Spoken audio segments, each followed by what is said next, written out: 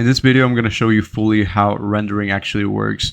You probably heard a lot of artists mentioning rendering before, that they're going to render this painting or that they're on the rendering stage. But what does it actually mean? What is even rendering? Is it just adding more detail? Where do you draw the line between rendered and not rendered? So you might have the idea that rendering is like adding detail into the painting, but we ask ourselves the same question. What is adding detail? What is in a tangible way, what is actually detail and how do you add more detail? So this used to confuse me a lot when I was starting out because it was this like very vague thing, and it took me a while to actually know how to progress on a painting, how to progress like in terms of detail and all of that stuff. In order for me to break down rendering and do it in a way that we can actually know what's going on and we can understand like the steps I'm going through, I'm gonna be simplifying it for this demonstration using a sphere. I love painting spheres because if you're gonna paint a face, a lot of the facial features are compounded by shapes that look like spheres. So a face is just like a lot of spheres all over the place that you have to individually render and detail if you want the entire thing to make sense. So I'm gonna treat this sphere the same way I would treat a face in terms of adding detail and the progression of detail and rendering. So what I just did to this sphere was adding 3 values. This is a very basic sphere. It doesn't have it doesn't have blending at all. It doesn't have smooth transitions. It just has 3 values that suggest that there is some degree of value transition. So this is what I would consider a rough stage, which is the same stage that I would do if I was painting a portrait or a face or a landscape, because I only have 3 values, so it's going to look a lot more simplified. It's not going to look hyper realistic. But if you wanted it to look hyper realistic, what would you do? How would you do it? Well, you would render it. And the way you render it, in short, is just by adding more values and more value transitions. So here we have only 3.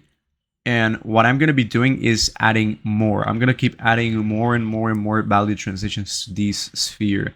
And you'll see how it starts to look a lot smoother, and the transitions start to look a lot softer. Because the difference between a hyper-realistic sphere and a hyper-realistic portrait is that the sphere is just easier and quicker to do. So this is why I'm showing it to you in this demonstration.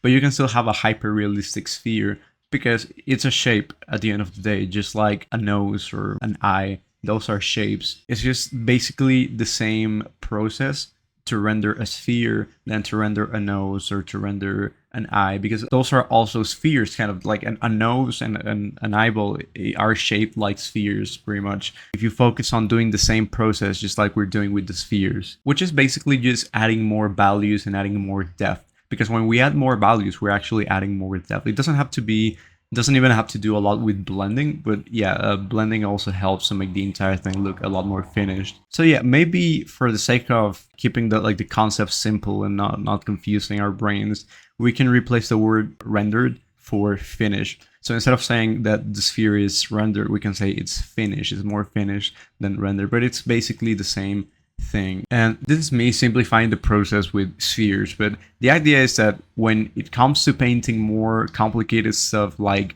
portraits, you apply the exact same fundamentals. So this is a weird mindset that I have, but in my brain, when I'm looking at a face or when I'm looking at a portrait, instead of looking at a face and thinking of painting the facial features, I think of painting spheres.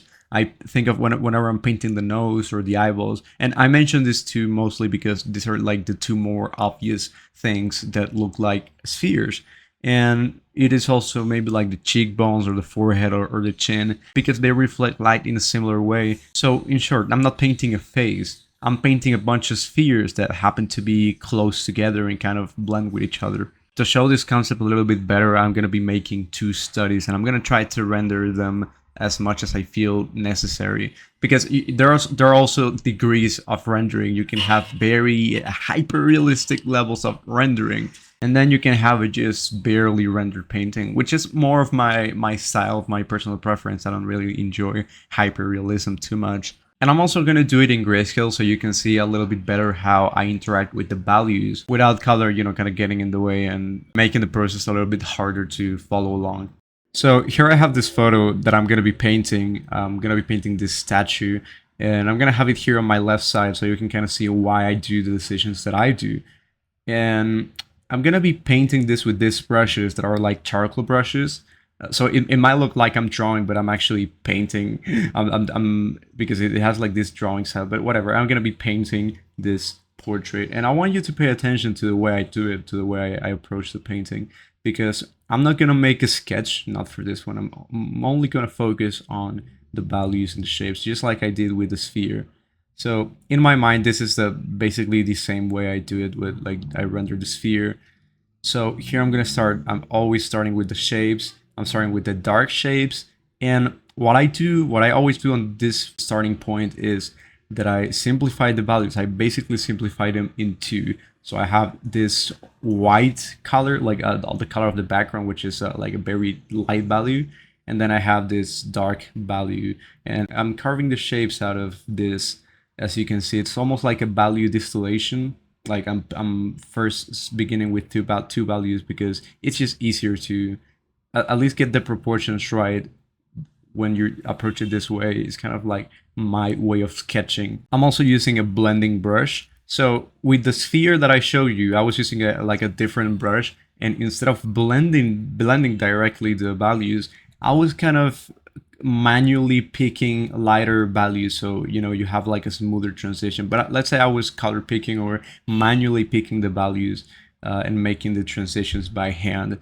But here I have a brush that will allow me to make blending, which is basically making the transitions with a tool. So it's quicker. Basically, having a blending brush will speed up the process a lot. So you will see me using that a lot, the blending brush that I have for this, because this is just gonna make the transitions a lot easier. So here you can see how I added another value, and I'm also blending a little bit. So here I'm at the stage of where, okay, I'm basically three values. Remember the sphere when we had the three values, and now I'm starting to add the more transitions. So you can do this. I'm also color picking and doing this manually. So I'm doing kind of both. I'm doing kind of both methods, and I'm also blending. I'm here adjusting the values as I look at the photo.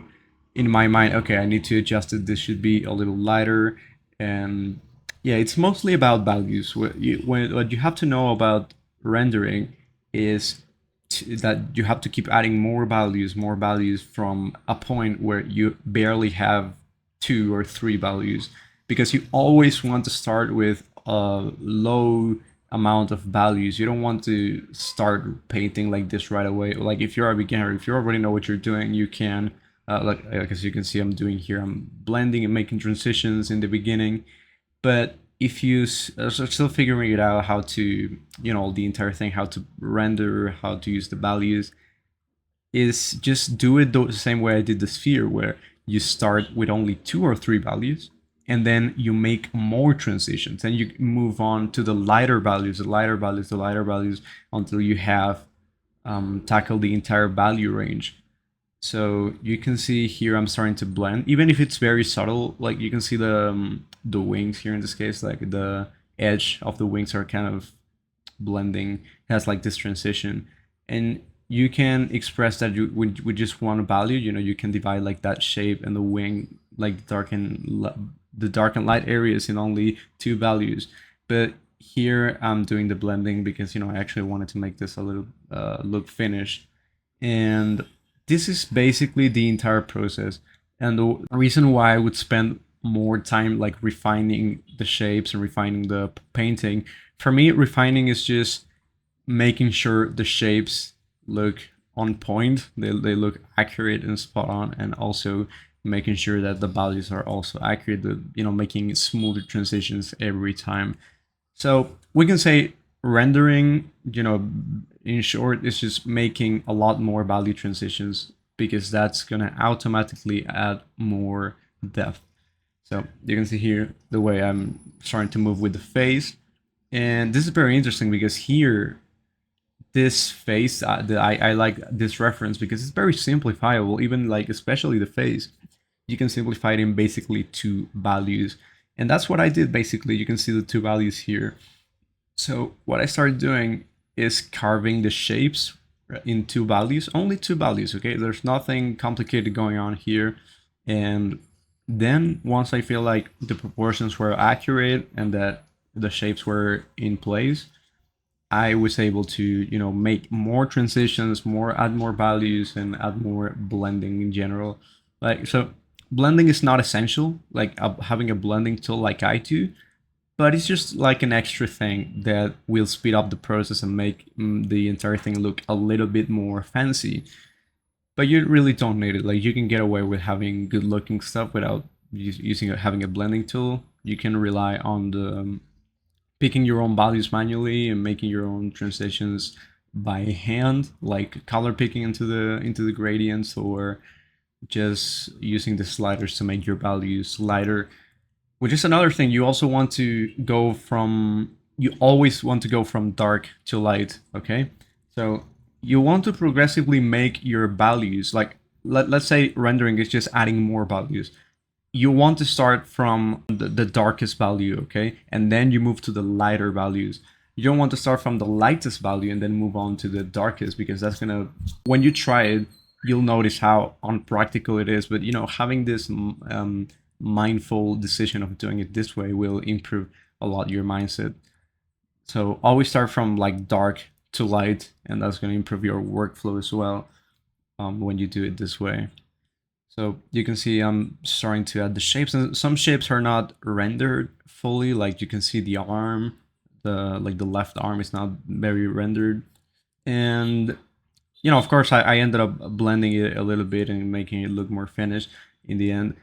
But sometimes you'll see me doing this thing where I will leave some parts unfinished, like in some of my paintings, I will leave some parts unfinished, because when you have like a thing, a part or a shape that is super rendered, super finished, is going to catch a lot of attention. It's gonna be catching a lot of focus, and attention on the painting.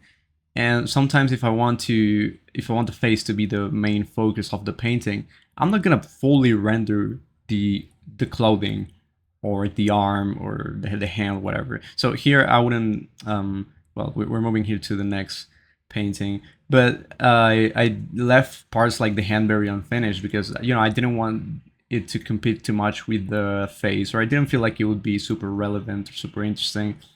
But anyways, moving on with this portrait, I'm doing the exact same thing, by the way. Exact same thing. I started very basic with very few values. I don't blend in the beginning. I normally wouldn't blend. It's just when I already have the values established and I know what I'm doing that I can start adding some blending. And you can see how it started very rough. It almost started like a 3D model. And this is what you want. You want your paintings to always start like a 3D model, and then you keep adding the detail, adding the detail, adding the detail. You don't want to add the detail at first in the beginning stage. You don't want to add the detail in the beginning, because if you don't have like the foundation, which is having big shapes and simple values, it's just not gonna look good. If things are not looking good in a simple way, they're not gonna look good when you render it. That's not a solution. You have to look at it small. You have to squint your eyes, simplify your values, and I feel like having this mindset of, okay, it has to look like a 3D model. It has to look like a sculpture. I don't know if you have seen like this clay sculptures. At first they look very ugly and they look very unfinished. They look very like a 3D model. That's my rule, my mental cue for this portraits. And then you keep adding volume from that point by just making more value transitions, adding more values. Now you don't want it simplified. Now you want to keep adding more and more and more. By the way, if you made it to this far of the video, that means you're very invested into learning digital art and digital painting. So I have a paid community that is on the top link in the description, and I have a bunch of people in there. I do coaching sessions, so I basically become your art coach, and I grab you by the hand and I take you to the point that you want to get with your art. So I basically teach you to paint like this and make drawings like this. If you feel like you like my style and the way I paint, the way I explain things, you can join. I have a bunch of video classes, and like the idea is that I give you the personalized one-to-one feedback. So check it out, top link in the description. And I think we're basically done with this painting. This is roughly the amount of detail that I like having in my paintings. Because I could render it way further, you know, I could make the transitions a lot smoother. I could add more, probably not more values, right? The idea is that you capture the entire value range in the least amount of values possible. At least if you're aiming for something more impressionistic, which again is just a bit of my personal taste. Anyway, this was all for the video. If you want to learn more about digital art, make sure to subscribe. And if you like are very, very serious and you want my help, check the top link in the description. Goodbye.